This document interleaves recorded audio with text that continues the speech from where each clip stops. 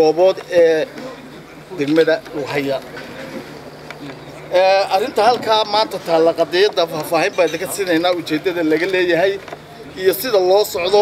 iyo waxa laga doonayo lixda goobood waxay ka tirsan tahay gobolka Awdal Lughaya ayaana degmada xukunta lixda goobood in muddo 10 sanadood dhowr 10 sanadood waa lagu socday wadooyin baa loo furtay oo aragteen in wado la sameystay la leeyahay wadada inta boona arkaynay laakiin hadda dilacdaan lahayn waxa weeye maanta doorashooyinkii soo dhacayay waxa laga qabtay distoorkii waa lagu qabtay degmada Lughaya lagu qabtay goobaha distoorkii markii distoorka loo fuuteynay markii doorashadii deegaankana Lughaya la markii madaxweyne daayir yaale uu madaxweynaha tartanka u jiray waa markii la yiri meesha waxba lagu qarsanaya weerarka lagu qaaday ilaa inta wixii ka dambeeyay ummadii halka deganay lixda goobood sanaaduuqdoodii lama reebin oo kuma yaharin komishanka waxa la geynay goobaha xiga meel walba meesha ugu dhow la dhigay halkaas codka kaga ridayay iyagoo oo ku waayay xuquuqdoodii waxbarasho caafimaad biyo oo khadka cagaaran baa la saaray waagi dibadajintaan ha markii roobabkii barafka hadaay ayaa ugu horeeyay nimankii ragii tagay baan ahaa wasiir gudoomiyay waa ila socday maalmahaas darqiyadu furmeen inta ka horeysa waa xidhnayd shacbigii deegaanka dhulka deganaa xildhibaanadoodii haddaan nahay qayb maalin walba dulmigana lagu hayo maxaa hadli laadin baan Allah waan weegeynoo waxaan nahay degdegin ee balhoobsada dadkii halka deganaa markan wasiirka ahaa waxba ciyaaraha waxaan ragii la yiri taga oo waxa tiraahdaan qaata waraaq oo hareerihiin ka qaata markii loo furi waayay hareerihi bay ka wada qaateen baabuur baa lagu daabulay dad baa ku bukooday islaamaha ku xanuunsaday daabulkan la daaburiyay wasiirka imika ciyaaraha jooga iyo xildhibaanada deegaanka intuba way tageen waa ogeydaan media waa ka wada arkaysan maanta markii ay qaateen waraaqihii ayaa la yiri waa tilay meeshii la furayaa yaa loo furayaa haddaba dadkan imika la doonayo in la soo daaburo meesha la keeno ayaa la rabaa inay meesha ku qabsadaan codkooda fahma hadda dadkii kalena goobihii shishe yaa lagu lambariyay halkan oo maran oo cidna aynu ku horeyn in dadka cusub ee oromay haatay ay waxay doontaa haatayaaba imika la keenayo la soo daabulayo ayaa la rabaa inay ku dagaamoobaan hore waanu uga wada hadlay dad reerahaas meelaha nala degan war gobolka soo qayb galaan laga daay googoon iyo Hargeysa iyo Daar es Salaam baa wax raacinayna Daar es Salaam shalay bay dhalatay waxa soo koobaya waxa la yiri nin baa ilmo yar buu lahaa oo kaliya ilmihiisii buu wuxuu ahaa sabool reer sabool oo keeno 2 saacadeys إيش waxay warmayn karnaa ilmaha ee hayabuulaan waxba ma bahaye labadiis ilmihii habeennimadii buu soo guureeyo uu gowracay kii dhalay maalintii dambu yiri ilmihiisii iyo markaas yiri yaa reerkii oo deed gabigiisu argagaxay markaas waa isii martay markaas la yiri labadii saacad baa looga qaado lagu uu ku guursado 5 buu ku dhalay reerka balaayan ku dhisay balaayo loogaad inamadii markuu guursaday 5 buu ku dhalay 5tii buu khudbay waraa reerka balaayan ku dhisay balaayo loogaad odaygii baa dhintay aaskii bay inamadii la soo qaadaa leeydi iyagoo dhaxda soo wado dadkii magaalada qodayeen xabaashi ayuu meel ciyaar maqleen way dhigeen dabeetana ciyaartii bay galeen waraaba kala baxay odaygii markii labaad ay ciyaartii ka soo dhamaatay sidaan qaaday oo maran bay arkeen warwa kii la yiri balaayo ku dhisay balaayo loo ogaado kii yaraa bay qabteen way gowraceen way ku rideen kii oo dhiigii la ayay geeyeen maxaa ku dhahdaa xabaashi dadkii bay waraabayday wareerka balaayo lagu dhisay balaayo loo ogaado qadiyadan maanta socota iyo xukuumadan jirta balaayo lagu dhisay balaayadiina way socotaa taasana ku soo gabagabeynaya wasiirka ku-xigeenka xalay hadlayay ee arrimaha gudaha jaamac bin xildhibaanadiina wanahay wasiirana waa wada erayadu ku hadlayay been ahayd afna xul cadaaday waa beenta ما نكى يريد كي يحلي بأنني بان يا يصو هالله يريد كان الصنادوق ده أيوه يقول أنا حالي أخذت التليفون قوة هذا وعليه جامعه وابهاشي بري أتكلم ميدا جوتش بس نلا وبصو محمد رايدين إعلامي شدة أنا هالكن السجون وحويان وهالقرن بينه لسه سومال لان لا يراه سومال لان هالكن بدن بالله سومالي محمد هذا سومالي إنك قوني وقاسم قوني زتاج اسمه تهاجم وليه تورة إنه يخلق هذا الرقم وعن إن هرجيسة ده هذا واحد فاهم إن نمو وين أو كل شيء كأنه هرجيسة بدمر إن هرجيسة بديه سومال لان أردن يقرن سومال لان أردن حرتي اللي حكومية وياه حويان إن مركز هذا يمكن الدخل جوجو بدنا كسوق جلس سيرع يبربرة أي كسوق جرا من الدبلوج معي هرجيسة على قطعة حويان مركز دانتن لحيل وطن كشون لا يراه oo gooni inay isu taagto doonaysa iyo Soomaaliland ka qoosato ayaa halkan loogu jiraa wax weeyaan qaran dawladii Soomaaliland ee maanta inay dastuurkan ku shaqeyso iyo shuruucdan la rabeena waa taadarkiisan ay wasiiradu lahaayeen xoog baa lagu geenayaa sanaaduuqda goobaha wax weeyaan anigu waxaan ogolahay in Boorama iyo Baki iyo Sayrac iyo Lughayaba Hargeysa xukuntaan ogolahay ninka laba tuulo yar yar ee saddex tuulo lix goobood oo yar yar Lughaya xukun ma isaleeday waxaan ku wada joogno la garan maayo ma garanaysaa marka waxaan leenahay in barnaamijka ama kaarayaal ku keen wax soconaya oo la dhageysan karayo ma meeshu inta aynu joogno ee aynu deganahay aynu wax wada leenahay bay jirtaa haddaynu dildilaac samayno oo aynu u bareerno wax weeyaan kaarayaal kala duwan ma meesha sugu iman doona inaan taalo hadhow si alla si aynu uga saarno male wax weeyaan dadkan maxaan ku raadaa deegaanka deganina hadii la isleeyahay way maran yihiin ma marna iyo gobolka Awdaltoona ma garanaysaa wax weeyaan waxaan leenahay dawladdu inay barnaamijka dib uga noqoto sharciyadii iyo dastuurkii iyo waxa aynu ku wada joognay dib ugu soo noqotaan nagu maxaan ku raadaa waxaan leeyahay maanta wadarkaysaan wax ragga dabada ka wada waxa weyn ragga codka inaga doonaya ma garanaysaa waxa weyn xisbiga kulmiye Muuse bixi wato Muuse 2005 kii khudbadii wuxuu lahaa Hargeysa bad male ya waxa weeyaan Hargeysa badaha Soomaaliland oo dhan iyada xukunta maxaan ku raadin deegaamada iyo gobolada Soomaaliland oo dhan waxa xarunta laga xukumo bad la'aan haysa ma jirto imika hadeen reer Boorama inagu ma bad la'aan baa haysa tabarbareen leenahay tab Sayrac baynu leenahay ma garanaysaa goorma inoomay sheegin kuwan bad male Hargeysa ku doodaya goorta Hargeysa gaar ku taagaysa lama inoomay sheegin Hargeysa dalka ma ka go'aysa waa xaruntii dalka waxaan leeyahay dawladdu inay sharciyadii ku soo noqoto nimankan maxaan ku raahdaa dawladnimo ma fahmin cid ku doodaysa imika Hargeysa bad male xawayaan Soomaaliland resource aad u ballaaran oo ay nagu filan bay leedahay haddii si basaro loo manage garanayo laakiin cidda ka walwalsan meel hablaa badla de badal loo heli maayo wax weeyaan waxaan leenahay dawladdu barnaamijkaasi cid alla cid ka dhageysanaysa ma jirto hana ka noqotaan leenahay kaarana caalamka oo dhan wuu isku keen daawanayaan maanta waxa lagu tumanayaa dimuqraadiyad baan practice garaynay baa la leeyahay dimuqraadiyaddii maanta haddii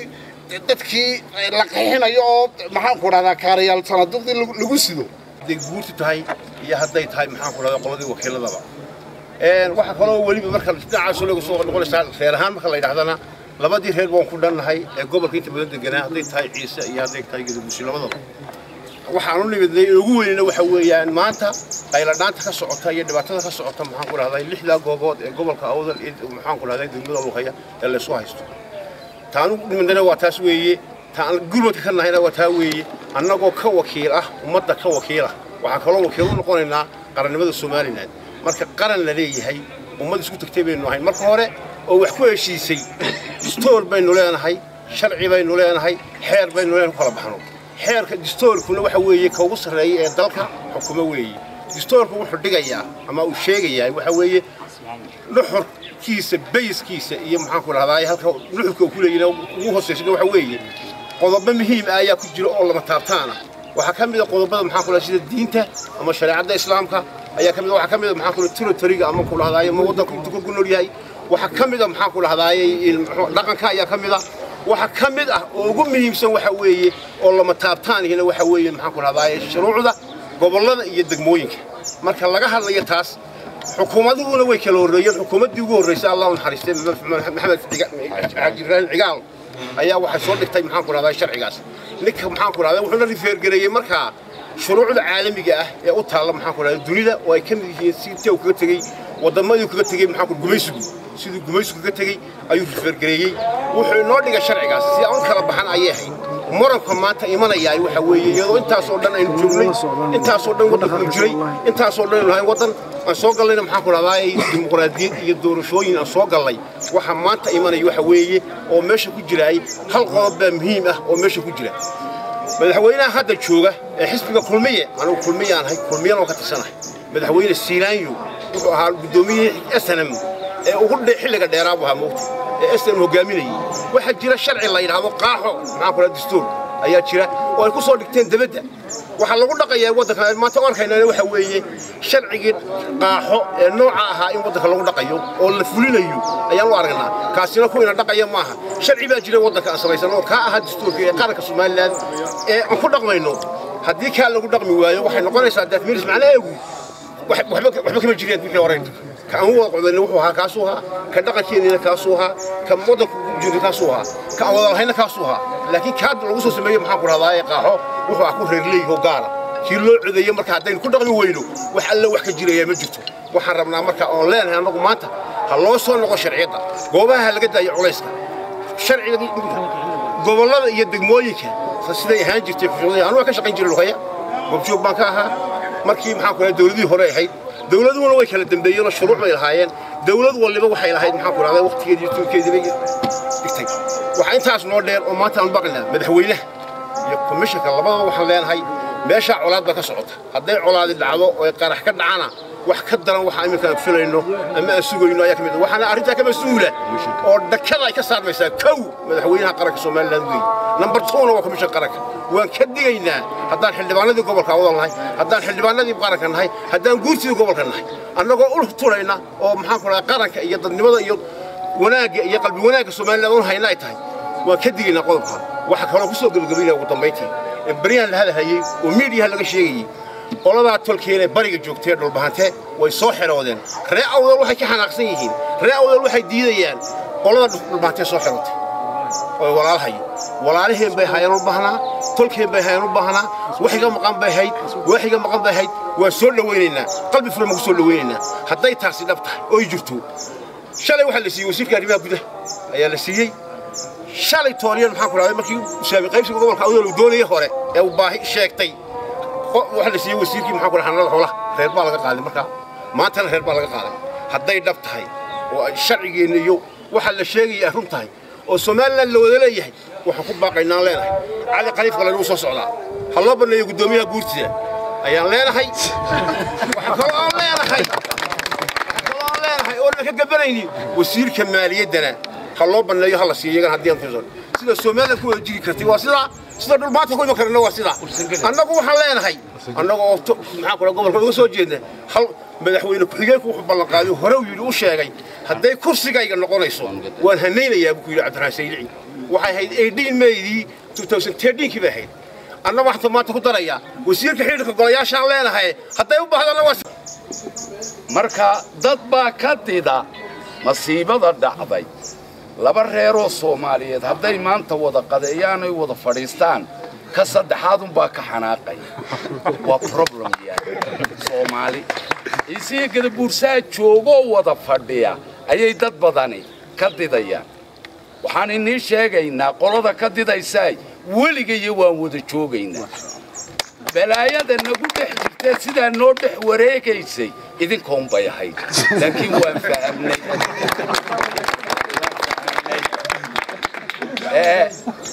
وحوي مركل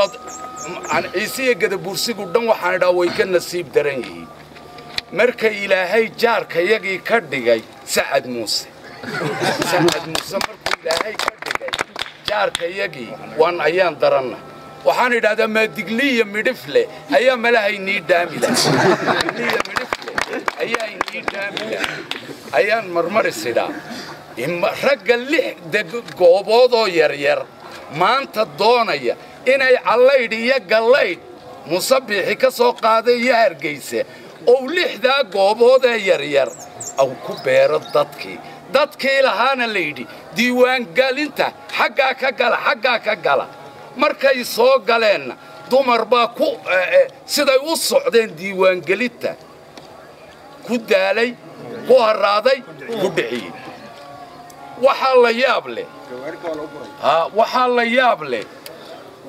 waad ogeydeen diiwaangelintii gobolka awdal ka bilaabantay tii markii ugu horraysay waa kuwii weeraray haddayta suldaankii habeen hore hadlay annaguna maan kuu soo ducayna weliba ducaan kuugu darnaa caqligii madaxweyne doonayey maaha kaas maaha garashadii hagaagsanay ee dadka Somaliland ku wada tashadeen ay walaal ku ahaayeen ma waxaan ku gabagabeynayaa Sheekh Axmed Yaasiin baa iga dambeeyo waxaan ku soo gabagabeynayaa haddii kumishanow xeerkii diiwaangelinta u dhignaa ad raaci weeye iyo dastuurka iyo waxa yaala shuruucda Somaliland u yaal waxaad ku dambayn komishankii Kenya ee la kala googo'ay haddii dawladda iyo xisbiga kulmiye ee mutatarrifka ah ee balaayo horseedka ah ee muusana hogaamiyaha u yahay ay waxa ku dhaqmaan way kala tagi nin walba xaafadiisu tagi ninkii deel ku lulanaya kii gaajo ku disha xaafadiisa iyo kii dharaga ku dilay waxaad u socotiin waan ognahay bad baad u socotiin waa halkii Cabdulqaadir Xildhibaanke badda sayla iyo lugaya iyo gidiya inaga xiga taberberaad iyo inaga xiga waxaad doonaysiin dekad inaad samaysatiin waagii baan ku idhi qoladan Samaroon ee reebtigaya war lugayaan dhisayna war nimankii walaay nagu xasuusinina Somaliland arrinkan maanta taagan ee laga wada hadlaya waa horta arrinka baasaboorka ku salaysan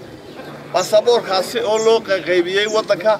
degaameyn lagu sameeyay oo gobolada la xadeeyay waxa loo kala qaybiyay inta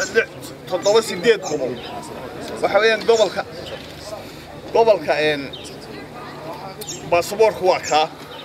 maabka lagu shaqeynayo ee la imika la wada ee la leeyahay degaamaha lagu raaciyay halkan ku sameeyay waa sharci darro waa baasaboor foojariya dawlad baynu nahay dawladdu inay foojari samayso maaha waxa baasaboorka ka cad in wasaaradda dakhliga iyo wasaaradda maaliyaddu ay kala qaybsadeen gobolkii la oran jiray Maroodijeex marka imika eegto gobolka Salel waxa loo qayday in yaro raasadiya loo gooyay kuma jira awdalka kale intaasa ciise abaali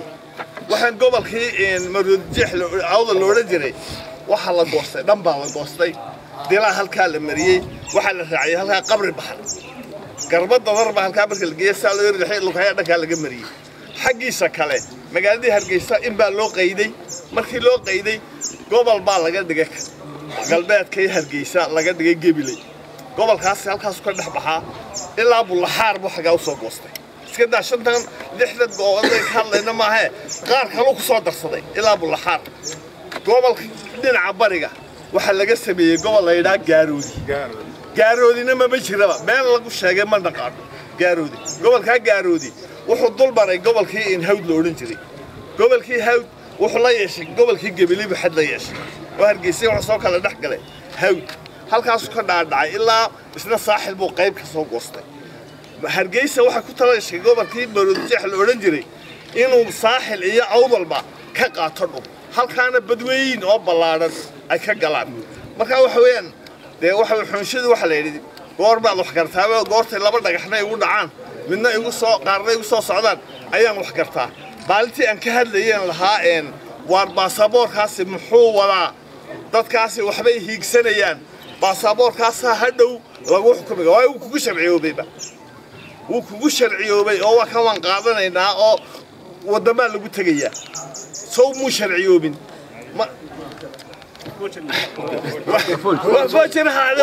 waa kaa la soo saaray lacag baa lagu gurtaa oo shalay yarkii dhaawacmeen xaafadayada ahaa isagaan u soo qaadno lagu geeyaa sooba suunuu sharciyoobi marka waxa weyn dhulka lagu kala qaybsaday waa dhulkaasi marka anigu waxaan leeyahay madaxweynahana waxaan leeyahay aakhir cumri baad joogtaa bari dhaweydna waxaan maqlayaa cimri tegey ceeb laguma sabuutiyo ayaabaad lahayd markii gobollada degmooyinka komishanka waxaan leeyahay oon baaqu diraya inay joojaan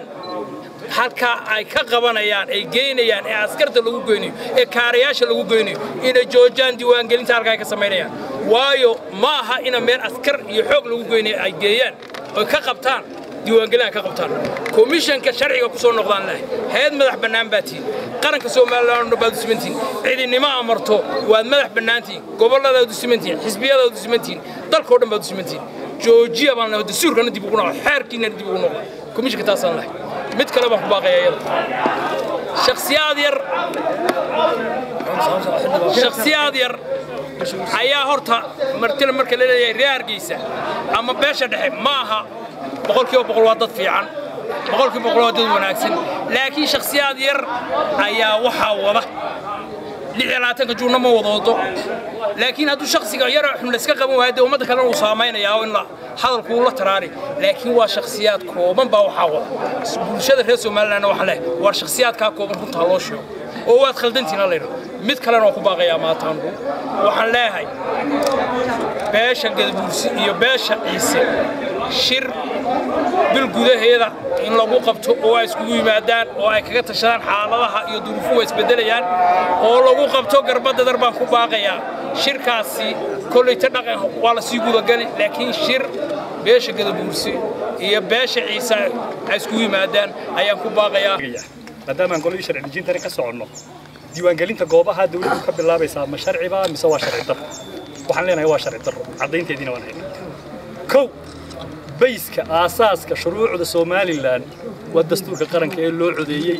ee waliba lagu codeeyay lagu ogolaaday lagu approve gareeyay boqolkiiba 97 dadkii codkooda la tiriyay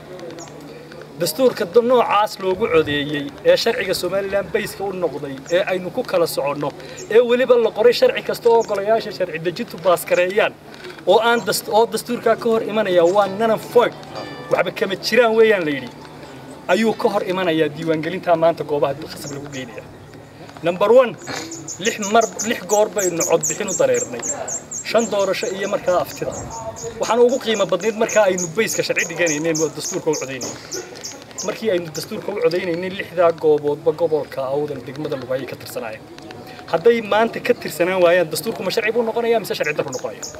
taasi waa su'aal dastuurku wuxuu sharci ku noqday 6 goobood oo gobolka awdal haddii maanta la daldalo leeyay meel dhaxay yaalaan dastuurkii ma sharci baa mise waa sharci darro taasi waa qodobka labaad dastuurkaasi wuxuu si cad u qeexayaa 6 district ee Ingiriisku ka tagay ee Soomaaliland ka koobnay 1960 ayaa ah 6 gobol ee ay ka kooban yahay qaranka Jamhuuriyadda Soomaaliland 6 degmana xuduudahoodu muayyan bay ahaayeen waxaan nasiib darro oo ayaan darro hadii maanta xukuumad ahaan iyo ummad ahaan iyo qaran ahaan aynu isu idhatirano garan mayno xuduudihii 60 goobahaasi marayeen taas waa nasiib darro subhanallah sidaasay horta diiwaangelintaas sharci darro ku tahay waxa kale sharci darro ku tahay marka labaad hay'adda komishanka diiwaangelinta inoogu xil saaran inay qabato waa hay'ad dastuuriyo sharci baana jideeyay iyada lafteeda sharci ku dhalatay waxaanay ku shaqeysaa sharci imika doorashooyin baa soo socda doorashadii baarlamaanka iyo madaxtooyada soo saaray ma qaban karaan haddaan doorashada sharcigii baarlamaanka la isla meel dhigin oo aanan sharcigii soo saarin doorasho baarlamaan ma qaban karaan siday u qaban karaan maanta haddaba diiwaangelin siday ugu samayn karaan sharcigeedii baalmarsan oo ay ku baalmarsan tahay kay iyagu waliba ku shaqeeyaan xeerka diiwaangelinta wuxuu oranayaa goob kasta oo diiwaangelini ka dhacayso waxa fadhiyaya caaqil la aqoonsan yahay oo qofka muwaadinka asugaya muwaadinimadiisii in la garto qofkii qaadanayay kaarkan diiwaangelinta inuu muwaadin Soomaaliland dhashay hayeen kale caaqilada fadhiisanaya goobahan khasabka lagu diiwaan gelinayaa ilaa caaqilku degmo ka tirsan yahay gobol buu ka tirsan yahay registered ku yahay wasaaradda arrimaha gudaha ma caaqilkii awdal baa fadhiya su'aashaasaan weydiinaya commissionka caaqilka sheegaya ee odhanaya qofkan yes waa muwaadin anaa garanaya ma caaqil hargeysa laga keenay ka diiwaan gashan baa mise waa mid awal ilaa haddaan caaqil fadhiin waa illegal way ma registered ma marka registration voters meesha kama dhicin boobun baa dhacaya marka waxaan ku soo gabagabaynaynaa waa la dhameeyay hadalka hargeysa waa caasimadii Soomaaliya marka loo yacada ka kalluumaysan karaa ma jiro ama ka kalluumaysan kara Zeyla ama ka kalluumaysan kara Berbera ama ka kalluumaysan kara Laas Qoray oo aan ogolaansho ka helin hargeysa badda hargeysa ka maqanay xukumaysa waa nooceen madaniga wuxuu yiri ridu ridaan riyaha cadowga waday hayday war ma caasimadii aanu lahayn caasimadaha bariga Afrika hal la tartanto oo Addis Ababa hal la tartanto oo Nairobi hal la tartanto oo Kampala hal la tartanto ayaa ku soo noqotay in maanta lug hayo ku haysata dadkii tirada lug hayan la tartanaya guba ka dhacay hargeysa marka haday hargeysa halkay caasimad isku dhigi lahayd qaran oo diplomatic zone diyaarin lahayd oo shirarka Afrikada bari lagu qabanayo isu diyaarin lahayd haday maanta ku masquushay inay saaxil iyo awdal ka xorowdo nasiib darro ku dhacday hargeysa saaxil waa adeerka awdal waa abtiga markaad abtiga iyo adeerka ka xoroobayso ma abiya abtiba laawo baad noqonaysaa halkaad isu dhigaysaan ballankaad isku dhigaysaan reerkiisa isweydiiyay badda inta leeyahay 850 kiiloomitir sharci lagaga kalluumaystiyo sharci wax lagaga soo dajiyay mid laga dhoofiyaa ma jiro hargeysa laga wado baddan ka maqani waati maxaad u qiimaha leedahay maxaad u garan laadahay maxaa caasimadda sii qaadaysa musharax qiimo leh oo reer hargeysa oo xisbul haakimka u sharaxan baa jira run baan idin sheegay reer hargeysa maanta waxay Soomaalidu tiraahdaa sac ninkii lahaa tabada haya ma kaco musharax idinku aad fashilinaysaan soo bixi maayo ku bishaaraysan haddaad ka dayn weydaan waxaad ku wadaan haddaad ka dayn weydaan dhulboobkan ad wadaan waxaan ku soo gabagabaynaynaa annagu madaxweyne sharciga hal la ilaaliyo commissionku hadduu ku shaqayn waayo sharciyada hortaale ay garanayaan sharciyada diiwaangelinta ma noqonayo doorashada uu qabtaa mid lagu kalsoonaan karo inay sharci tahay iyo inay sharci tahay because of sharci darro caadis hadduu maanta diiwaangelinta qabto waxaan mar labaad iyo mar saddexaad codsanaynaa inaan dhiig halka inaga daadan mar hore damage in gaari dimuqraadiyadeeni damage ku dhacay la yiri doorashadii deegaanka dhiig baa ku daatay haddii maantana diiwaangelin baa dhiig ku daatay leeyahay waxa weeyaan dhaawacaynaan ka soo kaban oo aynaan qarannimo uga soo kaban baa ku dhacay dimuqraadiyadeeni iyo